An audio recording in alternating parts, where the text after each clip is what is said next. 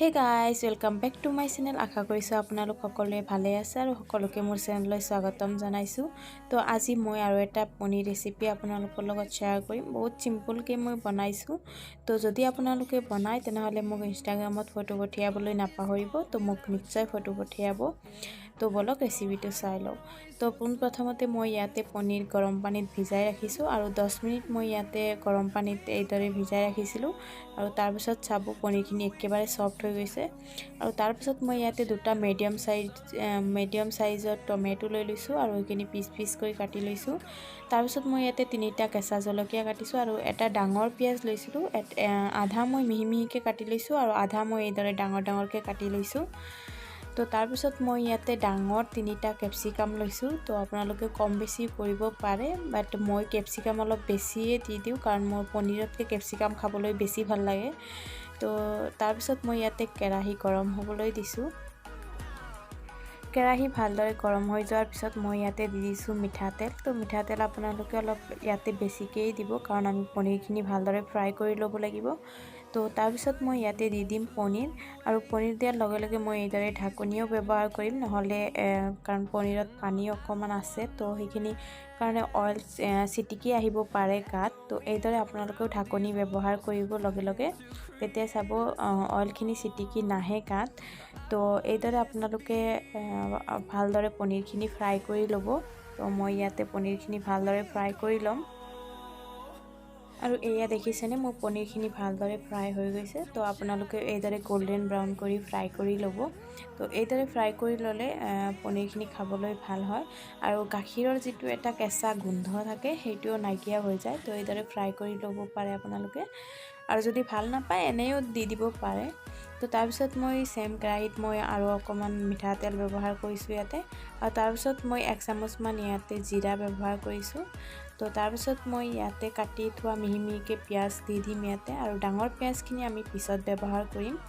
তো কাটি থোৱা যিখিনি মই মিহি মিহিকৈ কাটিছিলোঁ সেইখিনি পিঁয়াজ মই এতিয়া ব্যৱহাৰ কৰিম আৰু এইখিনি ভালদৰে গোল্ডেন ব্ৰাউন হোৱালৈকে ফ্ৰাই কৰি ল'ম। আৰু গাইজ মই একেবাৰে চিম্পুল ৰেচিপি মই যেনেকৈ ঘৰত বনাই খাওঁ সেইদৰে মই আপোনালোকৰ লগতো শ্বেয়াৰ কৰোঁ। বেছি মছলা মই নিদিওঁ কাৰণ যেনেদৰে মই ঘৰত বনাওঁ সেইদৰে মই আপোনালোকৰ লগতো শ্বেয়াৰ কৰোঁ। আপোনালোকেও বনাই খাই চাব, যদি ভাল পায় মোক কমেণ্ট কৰি নিশ্চয় জনাব, আৰু বহুত টেষ্টিও হয়। তাৰপিছত মই ইয়াতে কাটি থোৱা কেঁচা জলকীয়া দি দিম আৰু ভালদৰে ফ্ৰাই কৰি ল'ম।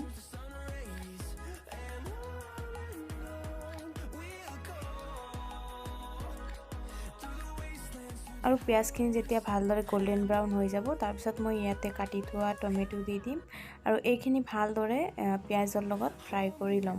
আৰু এইদৰে আপোনালোকে বনাই খাবচোন, বহুত টেষ্টি হয় খাবলৈ, আৰু ঘৰত সকলোকে খুৱাই চাবচোন।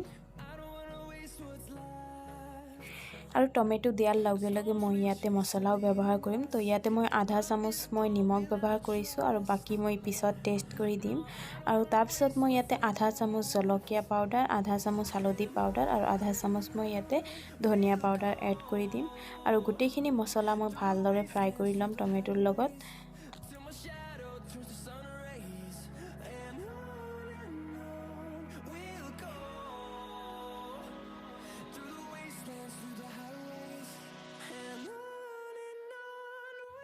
আৰু গেছটো মই একেবাৰে ল' ফ্লেমত ৰাখিছোঁ, আৰু ল' ফ্লেমত ৰাখি এইদৰে লাহে লাহে চলাই থাকিব আৰু টমেটোখিনি মছলাৰ লগত ভালদৰে ফ্ৰাই কৰি ল'ব।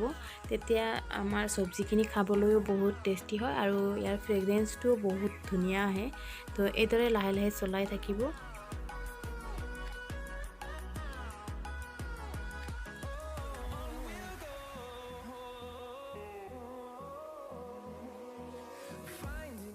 আৰু এতিয়া ঢাকি কেনে মই আৰু 2 মিনিটমান ল' ফ্লেমত ফ্ৰাই হ'বলৈ দিম। আৰু যেতিয়া দেখিব এইদৰে চাইডে চাইডে তেল ওলাই আহিছে মছলা, তো তেতিয়া ভাবিব আপোনালোকৰ মছলাখিনি ভালদৰে ফ্ৰাই হৈ গৈছে।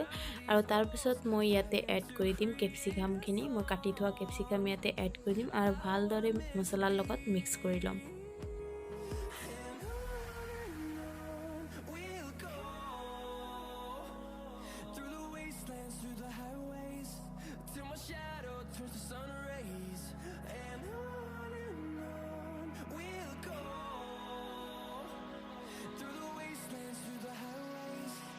তাৰ পাছত মই ইয়াতে ঢাকনি লগাই দিম আৰু একেবাৰে লো ফ্লেমত মই এইদৰে মাজে মাজে চলাই থাকিম আৰু মই 10 মিনিটমান এইদৰে ফ্ৰাই কৰি থাকিম।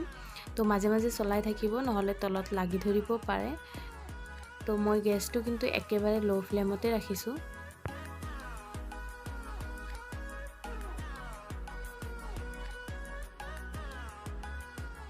আৰু এয়া দেখিছেনে মোৰ কেপচিকামখিনি ভালদৰে ফ্ৰাই হৈ গৈছে। আৰু যেতিয়া 70% আপোনাৰ কেপচিকামখিনি ফ্ৰাই হৈ যাব, তাৰপিছত আপুনি ইয়াতে এড কৰি দিব ফ্ৰাই কৰি থোৱা পনীৰ। তো মই ইয়াতে ফ্ৰাই কৰি থোৱা পনীৰখিনি এড কৰি দিছোঁ আৰু ভালদৰে কেপচিকামৰ লগত মিক্স কৰি ল'ম। আৰু কাটি থোৱা মই ডাঙৰ ডাঙৰকৈ পিঁয়াজো ইয়াতে এড কৰি দিম আৰু ভালদৰে গোটেইখিনি মই মিক্স কৰি ল'ম।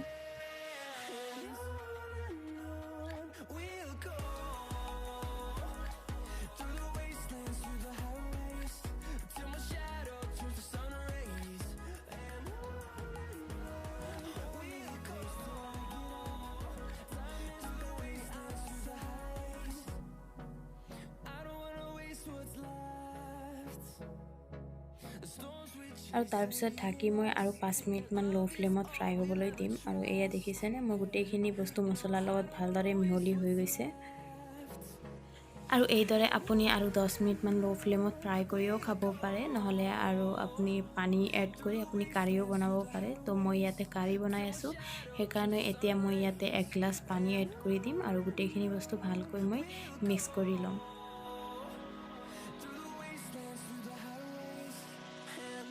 আৰু লগতে মই ইয়াতে দি দিম ধনিয়া। তো মই ইয়াতে কাটি ৰাখিছিলোঁ আগতে, তো ধনিয়াখিনিও মই ইয়াতে এড কৰি দিম আৰু ঢাকি মই একেবাৰে লো ফ্লেমত আৰু 5 মিনিটমান ইয়াতে বইল হ'বলৈ দিম।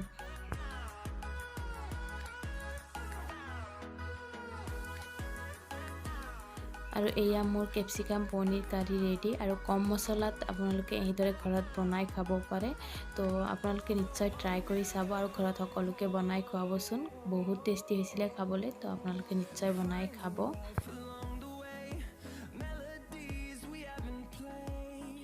তো গাইজ এয়া মোৰ কেপচিকাম পনীৰ কাৰী ৰেডি। তো দেখিছেনে, দেখিবলৈ ইমান ধুনীয়া হৈছে আৰু খাবলৈও বহুত টেষ্টি হৈছিলে।